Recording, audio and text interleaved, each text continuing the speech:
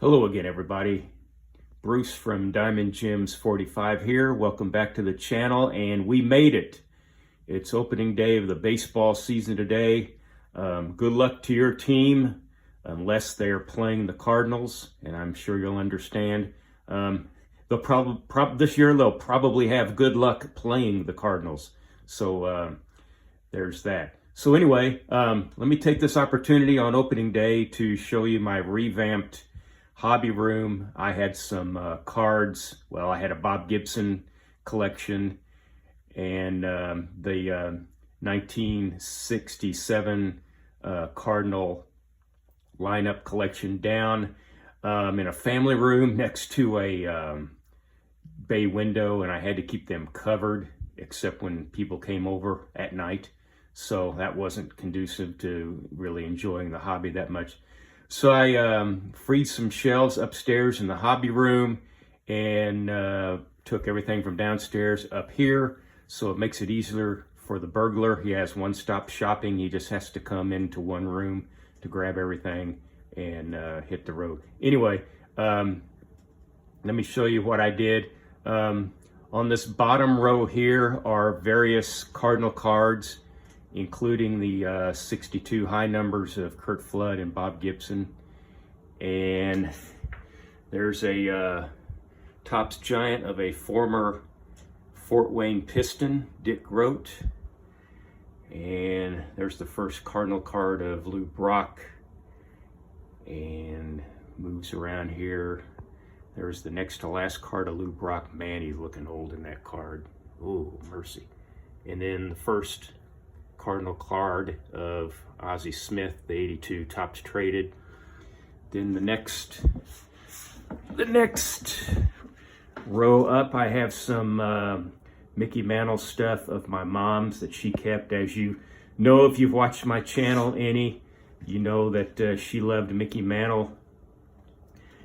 And here is the lineup that the Cardinals used more often than not in 1967. 1967 Cardinals was the best Cardinal team in my lifetime, and this is usually the lineup they trotted out there that Red pushed the buttons and sent out there more often than not.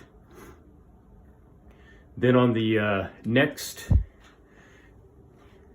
shelf up, I have the oddball Bob Gibson here that I took from downstairs by the bay window and put it on this shelf. And then the what I call the Bob Gibson sweet spot from 1964 to 1970. He either won 20 games, or he was the World Series MVP, or he was the National League Cy Young Award winner, or even one year, 1968, he was the National League MVP. So there's my Bob Gibson sweet spot collection. Then moving up, this next two shelves didn't change that much, or change at all. I have some autographed baseballs of Cardinal greats, and moves along here. There's Ozzie. There's a Curt Flood autograph. I have some bobbleheads here, replica championship trophy. There's Eddie. And there's a game-worn hat of Ozzie Smith. Then a picture of me and Stan Musial, not taken yesterday, as you can tell. Probably taken in the early 90s. Early 90s. That's a 61, a 62, and a 63 Topps I'm holding there in screw-down holders. There's the Wheaties Musial. There's the Oravision Unpunched of Ken Boyer. Everyday Card Collector Jason had a video out a few months ago that says there is a channel on YouTube that you can listen to all the Oravision records. So you don't have to punch it out and find a turntable to play it on. Here is a baseball that's a placeholder for hopefully at the National when I find a 1934 gold medal flower Dizzy Dean. And here's another placeholder. Hopefully at the National, probably be easier to find than the Dean for sure. Be a 1953 Bowman Color Stan Musial. And then on the top shelf, I have a couple more things my mom had of Mickey Mantle plus an autographed ball. Then some Perez Steel postcards. I really love this style of Perez Steel postcard. They really, really look nice. I wish the Hank Aaron postcard had a more vintage uniform on, but I realize that's a 1974-ish uniform. I like the NY on the Willie Mays cap, the old 1953 Bowman style hat that Stan's wearing, and there's my personal collection, Bob Gibson. And over here, last but not least, on the shelves at least, are my Heartland statues.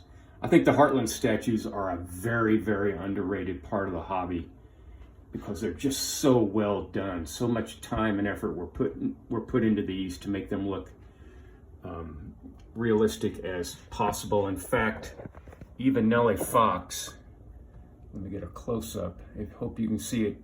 You can see the chaw in his left cheek. That's just how realistic and how well made and how much time was put into making these well. So there's the Heartland statues.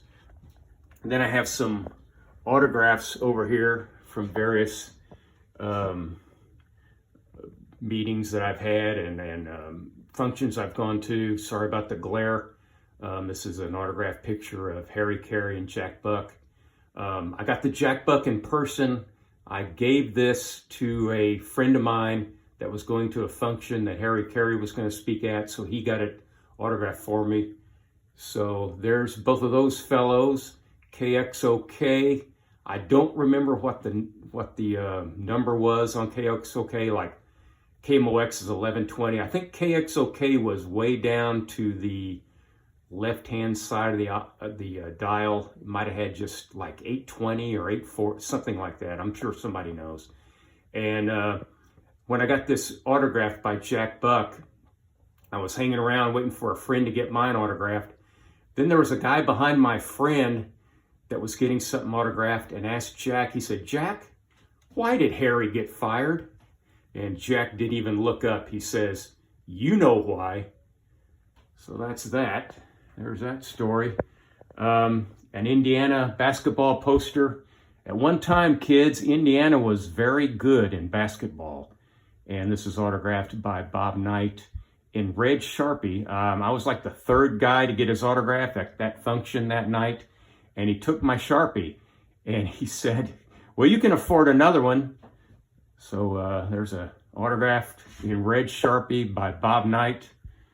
And here's an autograph of Keith Hernandez, Cardinal first baseman at the time, and autographed a Stratomatic card. And I didn't know it until that night when he autographed this, that he loved playing Stratomatic when he was growing up.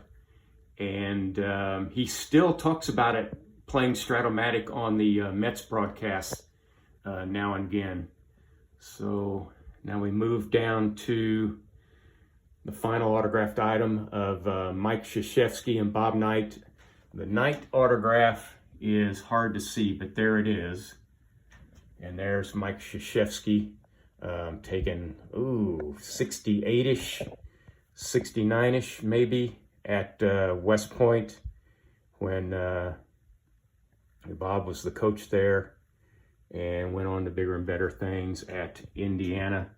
So thanks for sticking around with me, looking at my new revamped hobby room shelves.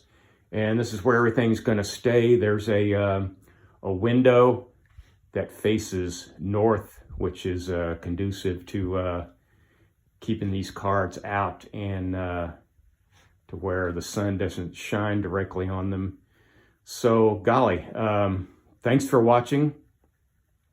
Hit like, hit subscribe, leave a comment if you will. All those things mean the world to me, folks. And good luck to your team, unless they're playing the Cardinals. And so long for just a while.